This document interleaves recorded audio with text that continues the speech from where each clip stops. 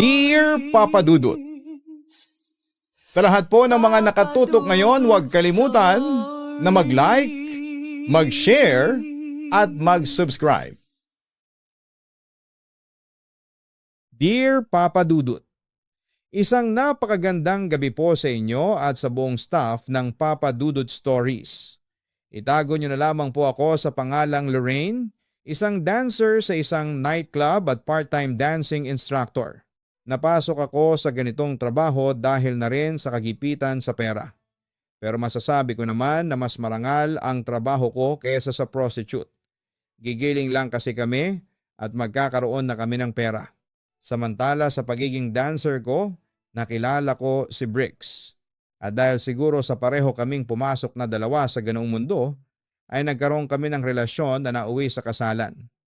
Doon ay tumigil sa pagko-callboy si Bricks habang ako ay nagpatuloy sa pagsasayaw.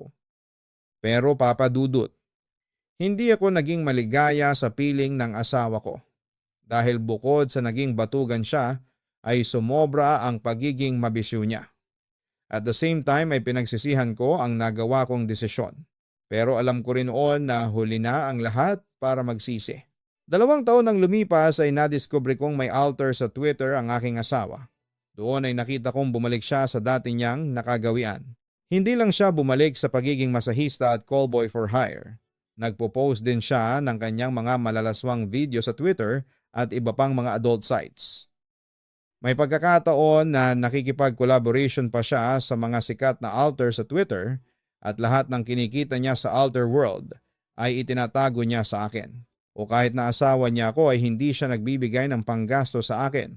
At sa halip ay inasa niya sa akin ang lahat. Nung una, pinagpapasensyahan ko na lamang siya.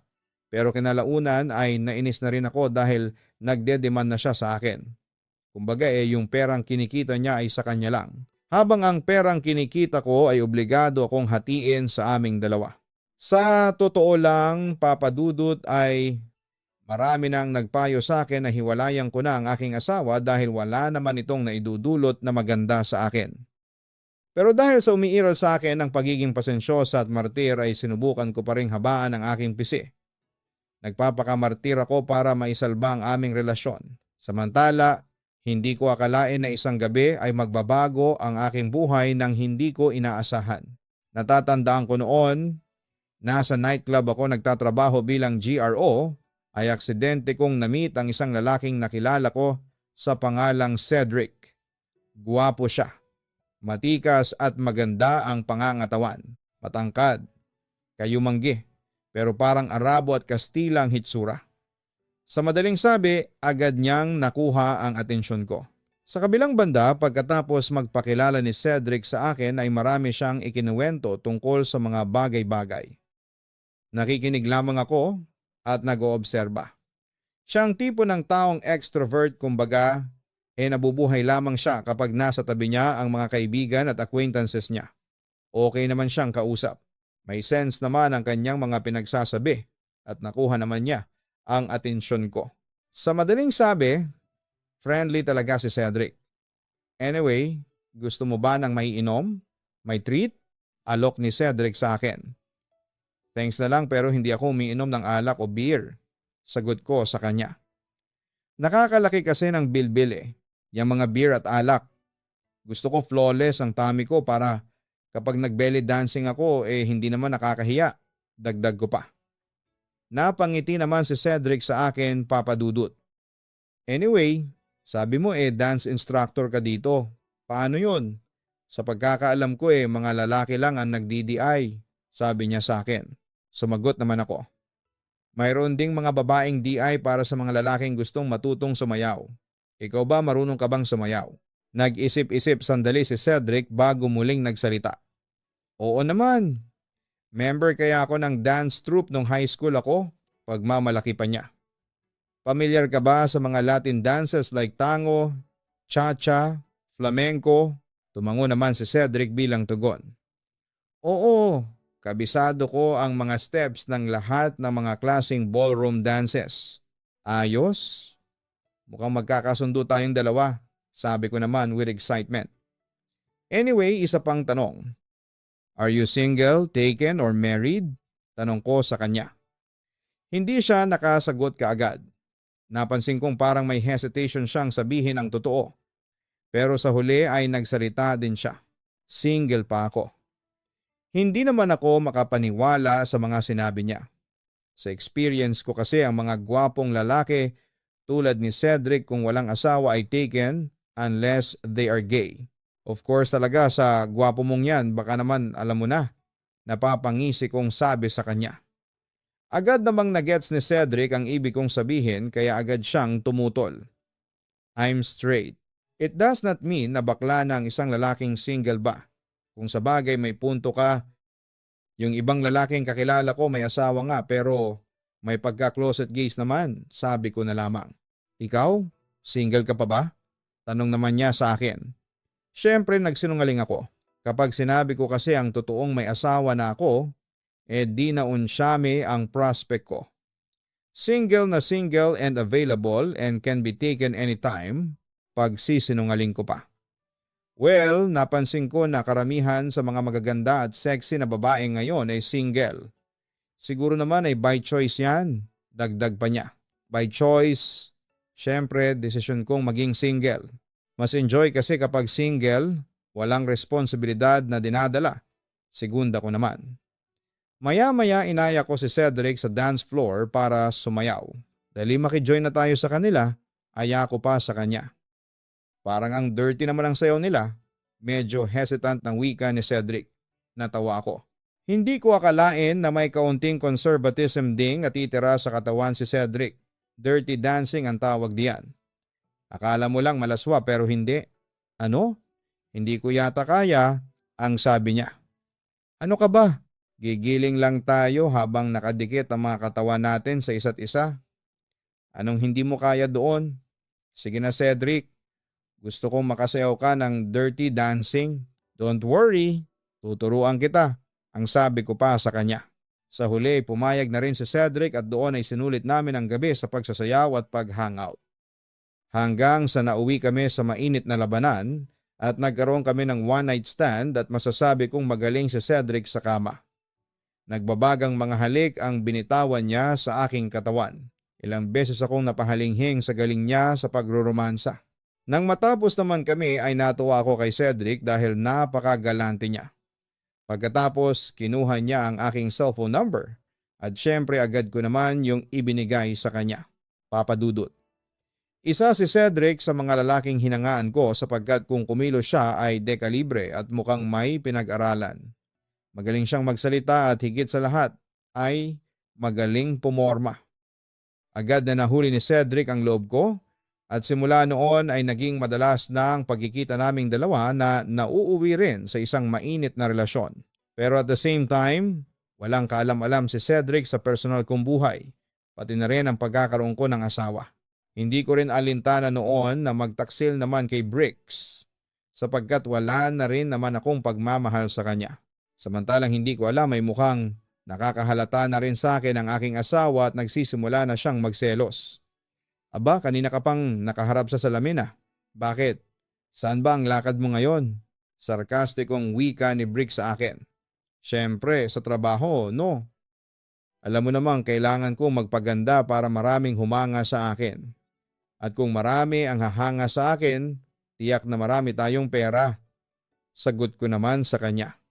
Talaga lang ha? Baka naman sa pagpapaganda mo may karibal pa ako sa'yo. Wika niya na may pagdududa. Huwag kang magselos. Alam mo namang ikaw lang ang one and only husband ko eh. Pagsisinungaling ko kay Bricks dahil deep inside gusto ko na siyang isuka. Tiyakin mo lang Lorraine. Ayaw ko na may kahati sa'yo. Tandaan mo yan kundi magkakapatayan kami, banta pa niya sa akin. Sa puntong yon Papa Dudut ay kinabahan ako. Mukhang magiging malaki ang problema ko sakaling malaman ni Bricks ang katotohanan. Pero sa kabilang banda ay napapaisip na rin ako kung paano ako makakatakas sa relasyong wala namang pagmamahal. Oo Papa Dudut. Simula noong makilala ko si Cedric ay unti-unti na akong natauhan sa aking kamartiran. Kaya nagsimula na akong mag-isip ng plano kung paano ko hihiwalayan ang asawa ko na walang dumadanak na dugo. Lorraine, pwede bang makahingi ng pera? Biglang sabi niya sa akin. Diyan magaling si Bricks. Pagkatapos manakot o magbanta ay manghihingi ulit ng pera sa akin. Samantala, nung isang araw lang ay kumita siya ng malaki sa live show niya sa OnlyFans, kakolab ang isang sikat na altar. Pero hindi ko na lang yon inungkat sa aking asawa dahil hahaba lamang ang argumento at sa halip ay bibigyan ko na lang siya ng pera para hindi na siya magduda pa sa akin. Ayan na yung pera, sabi ko sabay abot sa kanya ng datong. Ang konti naman nito, hirit pa ng damuho sa akin. Wow, may patago ka? Sarkastikong sabi ko sa kanya. Pwede na yan. Total pang tustos mo lang yan sa bisyo mo. Dagdag ko pa sa kanya. Ano? Dagdagan mo na to. Hirit pa ng aking magaling na asawa. Para matigil na dinagdagan ko na yung pera na ibinigay ko sa kanya. Nakita ko namang nasatisfy si Briggs sa aking ibinigay, kaya dali-dali itong umalis ng kwarto at iniwan na akong mag-isa. Napahinga ako ng malalim at inisip ko kung bakit hinayaan ko ang sarili ko na lukuhin ang aking asawa. Kung bakit ako nanatili pa sa kanya sa kabila ng sakit ng ulong ibinigay niya sa akin. Hanggang sa biglang tumawag sa akin si Cedric sa aking cellphone. Agad ko naman yung sinagot. Hello babe, nasaan ka na? Tanong niya sa akin. Muli akong humarap sa salamin para inspeksyonin ang aking sarili. Nasa bahay pa lang ako. Nagpapaganda para sa iyo. Pero paalis na rin ako, sagot ko sa kanya. Gusto mo sunduin kita dyan sa inyo? Mungkahi pa niya sa akin. Kinabahan ako papadudot dahil puro kasinungalingan ang sinabi ko sa kanya tungkol sa akin. Ay nako, wag na. Mabala ka lang, sabi ko pa sa kanya. Babe, alam mo naman na basta pagdating sa iyo hindi ako maabala. Sabi pa niya sa akin sa kabilang linya. Wag na. Bibilisan ko na lang ang pagpunta dyan. Nagmamadali kong sabi. Bakit ba ayaw mong pupuntahan ka sa bahay niyo? Tanong niya sa akin na may halong pagdududa. Naramdaman ko yon at aaminin kong kinabahan ako ng sobra. Hindi ko alam nung una kung ano ang isasagot ko sa kanya. Pero hindi nagtagal ay nakaisip na lamang ako ng alibay na pwede niyang paniwalaan. Naku, alam mo namang strikto ang mga magulang ko. Hindi ba nasabi ko sa iyo na hindi nila alam yung tungkol sa trabaho ko? Pagsisinungaling ko. Kailan mo ba ako ipapakilala sa kanila, Lorraine? Huwag mong sabihin sa akin na habang buhay na lang tayong magtatago sa relasyon natin. Seryosong tanong niya sa akin. Nanaig ang katahimikan sa aming dalawa ng ilang segundo bago ako nakaisip ng sasabihin. Hindi naman sa ganoon. Pero hindi pa panahon para malaman nila. Maghintay tayo ng tamang panahon, ang sabi ko. Alam mo, hindi dapat tayo nagtatago sa relasyon natin kasi malinis naman ang hangarin ko sa iyo. Alam kong matatanggap din nila tayo, aniya. Napahinga ako ng malalim. Cedric, please. Narinig ko na medyo na-frustrate siya sa aking sinabi. Okay, fine. Hanggang anong oras ako maghihintay sa iyo? Tanong na lang niya sa akin. Hintayin mo ako ng 1 oras. Don't worry, gagawin ko ang lahat para makarating agad dyan. Ano? Nagtatampo ka pa ba sa akin, babe? Maya-maya ay narinig kong parang napangiti na si Cedric dahil sa biglang pagsigla ng kanyang boses. Hindi ako nagtatampo sa iyo. Basta bilisan mo ha, babe. Hihintayin kita. Papadudot, nagpatuloy ang bawal na relasyon namin ni Cedric. Madalas kaming magsama ng patago at mas matagal ang naging pagsasama namin kumpara sa sarili kong asawa. Papadudot, ramdam na ramdam ko noon ang pagmamahal sa akin ni Cedric. Kaya naudyukan na ako noon na sumama na sa kanya at iwanan na ang asawa ko. Pero bago ko maisakatuparan yon ay isang pangyayari ang hindi inaasahang magaganap. Tandang-tanda ko pa noon. Nasa parking area kami ni Cedric at kasalukuyang binibigyan niya ako ng kanyang mga nagbabagang halik. Ang sarap na mga labi mo, Lorraine. Wika ni Cedric na parang lumulutang pa sa langit. Ay dahan-dahan lang, baka may makakita sa atin dito. May skandalo pa sila sa atin, saway ko sa kanya. Pero deep inside ay gustong-gusto ko ang kanyang ginagawa. Best kisser kasi si Cedric dahil malambot ang kanyang mga labi at mabango ang hininga. Kumpara kay Bricks na bukod sa amoy alak ay palaging puro bitak-bitak pa ang mga labi. Hayaan mo silang mainggit sa atin, babe, paglalambing niya sa akin. Sa next week pala, 6 months na rin natin, inform pa niya. Ano na ang plano mo? Curious na tanong ko sa kanya. What if kung mag-out of town tayo kahit dito lang sa Pilipinas? At least para ma-enjoy naman natin ang mansari natin. Suwestyon niya sa akin. Cedric, hindi po pwede. Tiyak na mag-aalala sa akin ang mga magulang ko at saka sigurado ako. Nakukwestiyonin nila ako kung saan ako pupunta at sino ang kasama ko.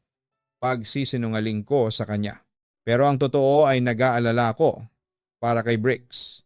Baka makahalata siya lalo kapag nawala ako ng ilang araw. Bakit hindi na lang natin ipagtapat sa mga magulang mo ang relasyon natin? Tanong pa niya. Hindi po pwede. Tiyak na hindi sila papayag dahilan ko sa kanya. Pero nag-insist si Cedric. Lorraine naman, hanggang ngayon pa rin ba? Ang mga magulang mo ang magdedesisyon sa buhay mo. Come on, 25 ka na, sabi pa niya sa akin. Hindi ba napag-usapan na natin ito? Wika ko pagkatapos magbuntong hininga. Sa huli ay sumuko na rin ang aking secret lover. Okay, kung hindi lang kita mahal. Ngunit laking gulat namin nang may lalaking sumigaw ng pangalan ko. Paglingon namin ni Cedric ay nanginig ang buo kong katawan dahil si Bricks yon, Papa Dudut. Dali-daling pumunta ang asawa ko sa lugar namin at agad na sinuntok nito si Cedric. Sino ka? Galit na tanong ni Cedric kay Bricks. Hoy, siraulo ka. Ako lang naman ang asawa ni Lorraine, sagot naman ni Bricks. Napatingin sa akin si Cedric at tila naguguluhan. Hindi naman ako makatingin ng diretso sa kanya dahil nabuking na niya ang aking sikreto. Nagpatuloy naman si Bricks. Kaya pala parang nanlalamig ka na sa akin? Yun pala may ibang lalaki ka ng pinagkakaabalahan? Hayop kang babae ka? Pagkatapos noon ay hinawakan niya ako sa braso. Nang pumalag ako ay isang malakas na sampal ang ibinigay niya sa akin. Nakita naman yon ni Cedric at ipinagtanggol ako sa aking abusadong asawa. Nagsuntukan sila. Ako naman ay pinilit kong mamagitan sa dalawa, lalo na't nakikita kong dihado na si Cedric. Cedric, Bricks, tama na yan. Pakiusap, tigilan nyo na yan. Awat ko sa kanila. Tumigil sa pagsusuntukan ang dalawa nang matumba at humandusay na si Cedric sa semento. May asawa ka na pero lumalandi ka pa rin. Anong klase kang babae ha, Lorraine? Galit na wika ni Bricks sa akin. Pinagsisihan ko na naging asawa pa kita. Ikaw ang matanong ko. Anong klaseng asawa ka? Hindi mo ako mabigyan ng magandang buhay. Puro ako na lang ang nagpapakahirap para sa atin. Pero ikaw, anong ginagawa mo? Wala. Nakahilata ka lang sa bahay magdamag. Kung hindi man, puro sex sa iba't ibang lalaking nakikilala mo sa Twitter ang pinagkakaabalahan mo tapos mas inuuna mo pa ang bisyo mo kaysa sa asawa mo. Pagod na ako sa iyo, Bricks. Ibinuhos ko na ang lahat ng sama ng loob ko sa aking asawa. Pero hindi katuwiran yon para manlalaki ka. Mga hayop kayo. Naibulalas ni Bricks sa galit. Bricks, pakawalan mo na ako. Hindi na kita mahal. Si Cedric ang mahal ko, sigaw ko pero hindi ako binitawan ng aking asawa. Hindi. Hindi tayo maghihiwalay. Akin ka lang, Lorraine. Magkakamatayan muna kami ng lalaking yan bago kanya makuha sa akin, wika pa ni Bricks. Sa puntong yon ay muling bumangon si Cedric at nakita kong may dinukot siya sa kanyang bulsa. Nanlaki ang mga mata ko nang makita kong balisong ang hawak niya. Doon ay lumapit siya sa aking asawa at agad na inundayan ng saksak si Bricks sa tagiliran. Diyos ko, Cedric, anong ginagawa mo? Napasigaw pa ako lalo nang humandusay si Bricks sa semento at tila humihingi ng tulong sa akin. Halika na, umalis na tayo dito. Nagmamadaling wika ni Cedric sa akin. Pagkatapos ay hinila niya ako palayo sa aking asawa. Pero paano ang asawa ko? Natataranta kong tanong. Ngunit hindi na yon pinansin ni Cedric at agad niya akong pinasakay sa kanyang kotse. Ilang saglit pa ay mabilis na humarurot ang kotse palayo sa parking lot. Habang tanaw ko pa rin si Bricks sa malayo na nakahandusay pa rin sa semento. Bakit mo nilihim sa akin to, Lorraine? Akala ko ba wala kang sabit? May hinanakit na wika ni Cedric sa akin. I'm sorry please Cedric. Nagawa ko lang ilihim sa iyo na may asawa ako kasi mahal kita. Hindi ko na natapos ang aking sasabihin nang biglang magsalita ulit ang aking lover. Kaya pala ayaw mo kong papuntahin sa bahay mo. Kaya pala ayaw mong sumasama sa akin. Hindi pala dahil sa strikto ang mga magulang mo. Kaya ayaw mong ilantad ang relasyon natin kundi dahil may asawa ka na, aniya. Sana mapatawad mo ako. Oo, nagkamali ako pero pinagsisihan ko na yon. Cedric, tandaan mo mahal na mahal kita. Ikaw lang ang mundo ko. Please, wag mo akong iwanan. Pagmamakaawa ko sa kanya. Nakita kong huminga ng malalim si Cedric bago nagpatuloy. So ibig sabihin ba niya na isasama ka na sa akin? Tumango ako bilang tugon. Oo Cedric, sasama na ako sa iyo. Papa Dudut. Maswerte ako kasi agad rin naman akong napatawad ni Cedric sa aking pagsisinungaling sa kanya. Doon ay sumama na ako sa kanya at iniwanan ko na ng tuluyan ng aking asawa. Alam kong mali ang ginawa ko pero wala akong choice. Dahil bukod sa impyerno ang buhay ko sa piling ni Briggs, ay wala na rin akong pagmamahal pang natitira sa kanya.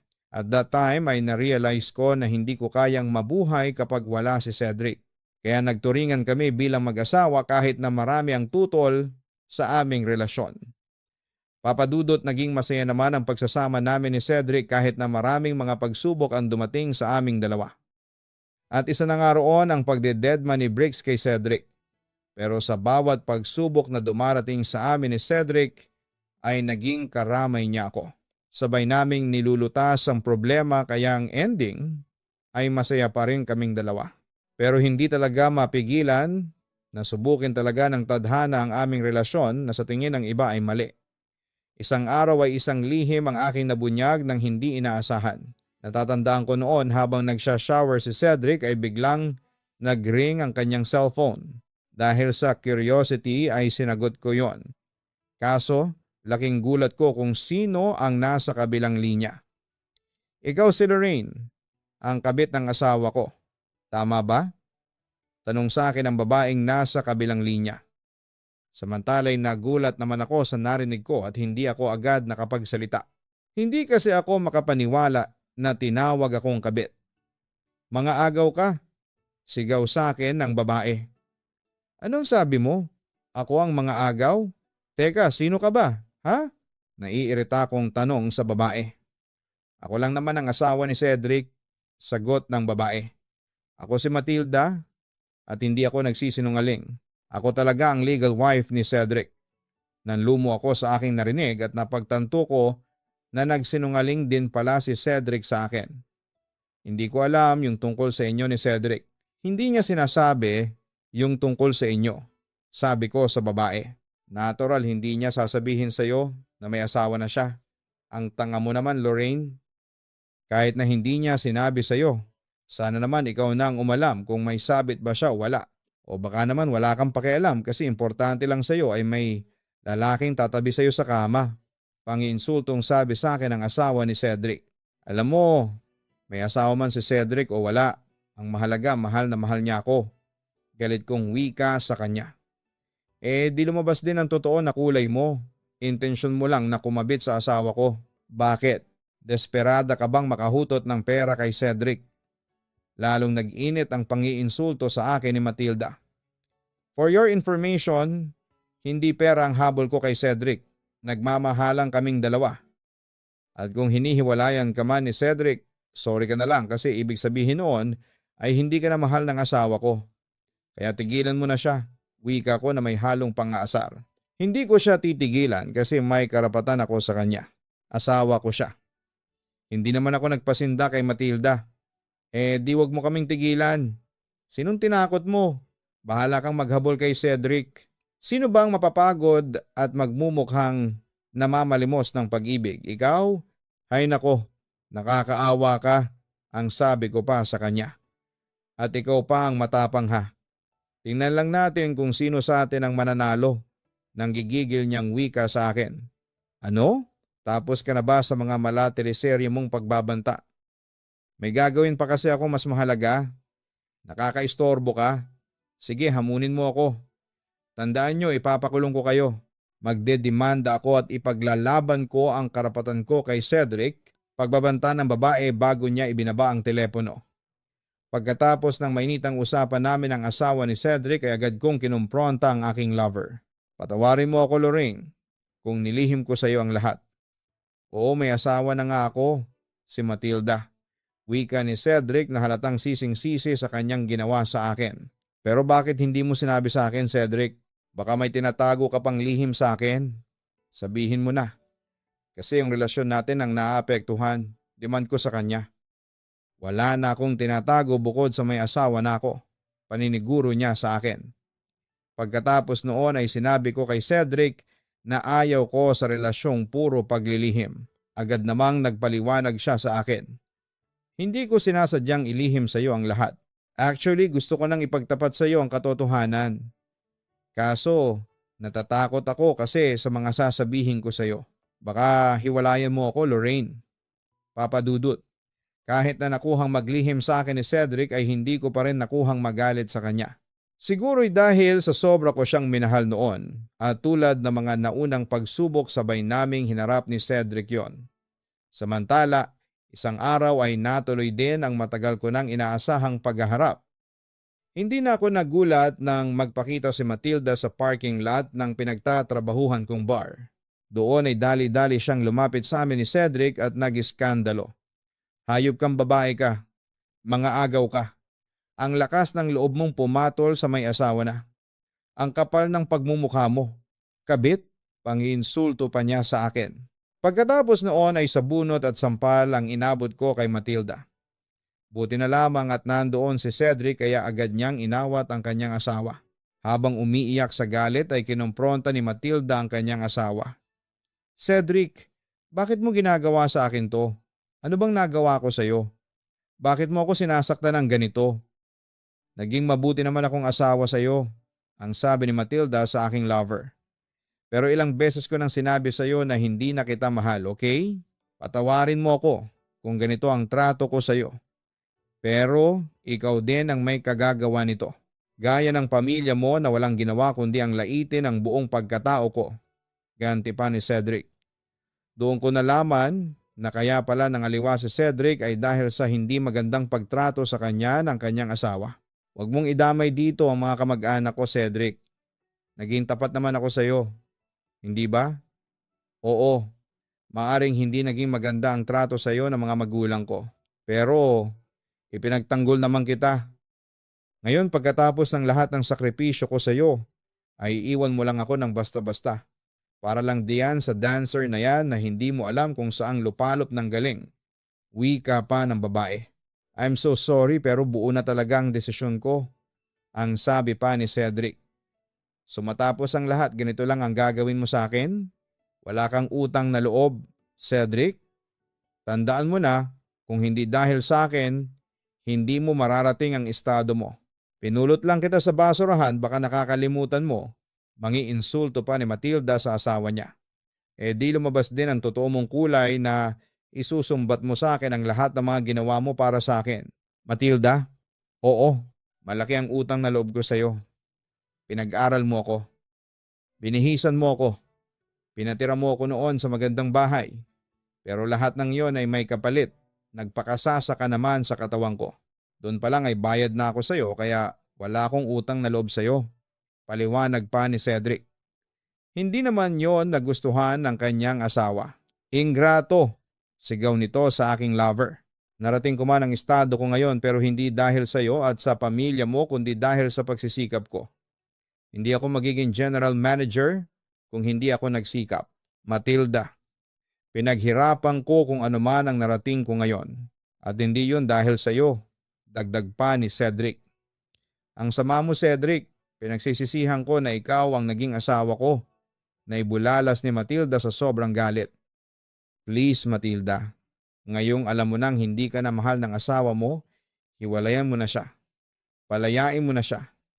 Huwag ka nang magpakamartir kasi hindi bagay. Sa totoo lang, kahipokrituhan na yang ginagawa mo. Sabi ko sa babae. Tumigil ka. Kabit ka lang, kabit. Ako pa rin ang legal wife kahit pagbali-baligtarin mo man ang mundo. Gigil na wika ni Matilda sa akin. Talaga Matilda dear? Papel na lang ang nag-uugnay sa inyo ni Cedric ang kasal ninyo.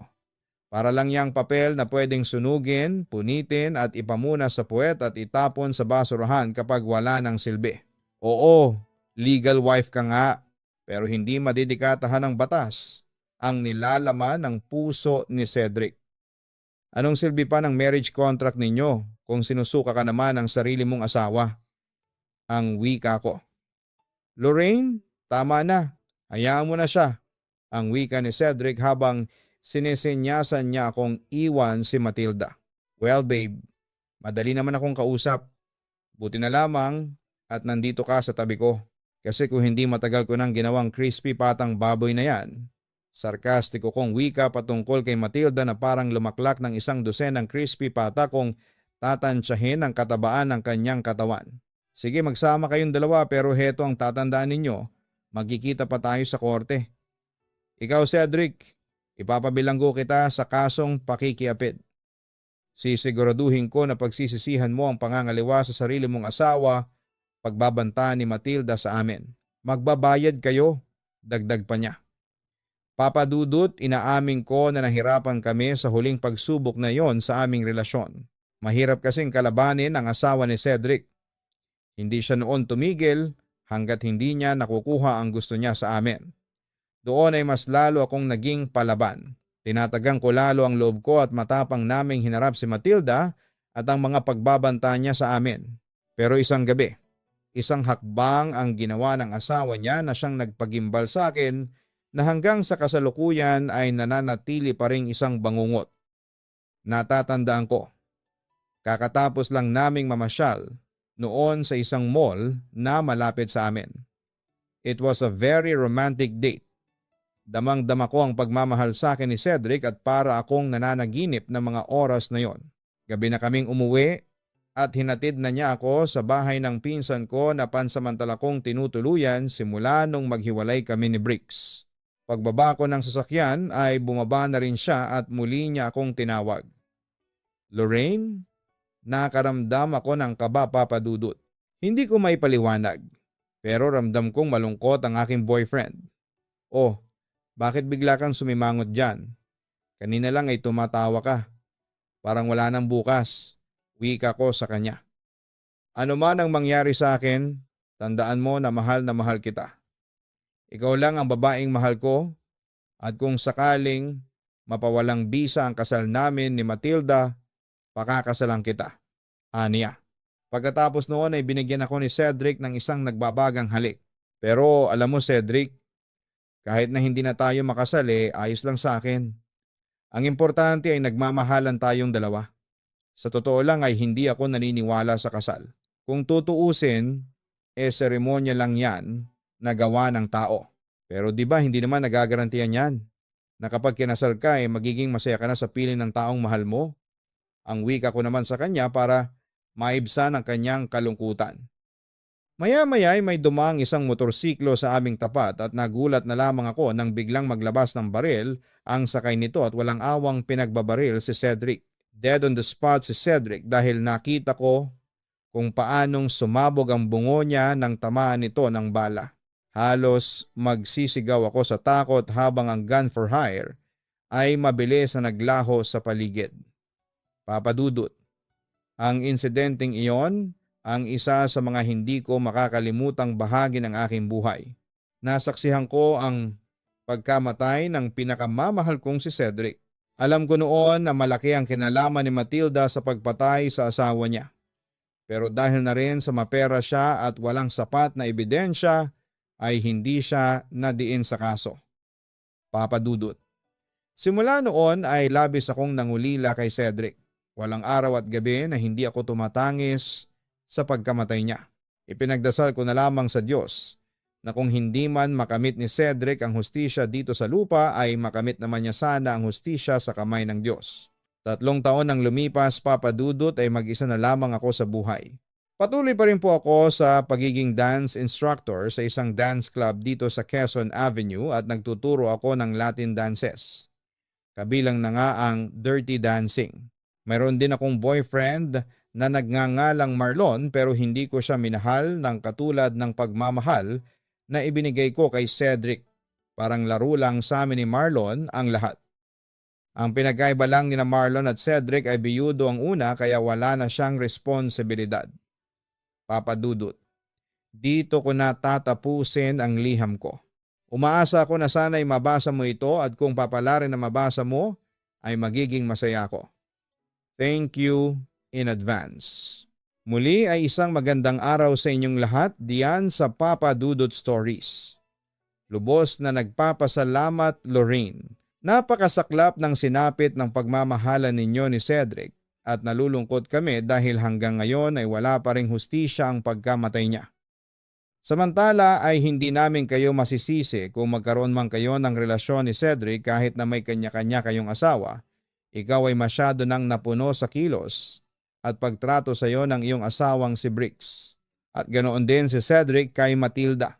Pero hindi ko sinasabing tama ang ginawa ninyo. Mali pa rin ang pakikiapid sa may asawa.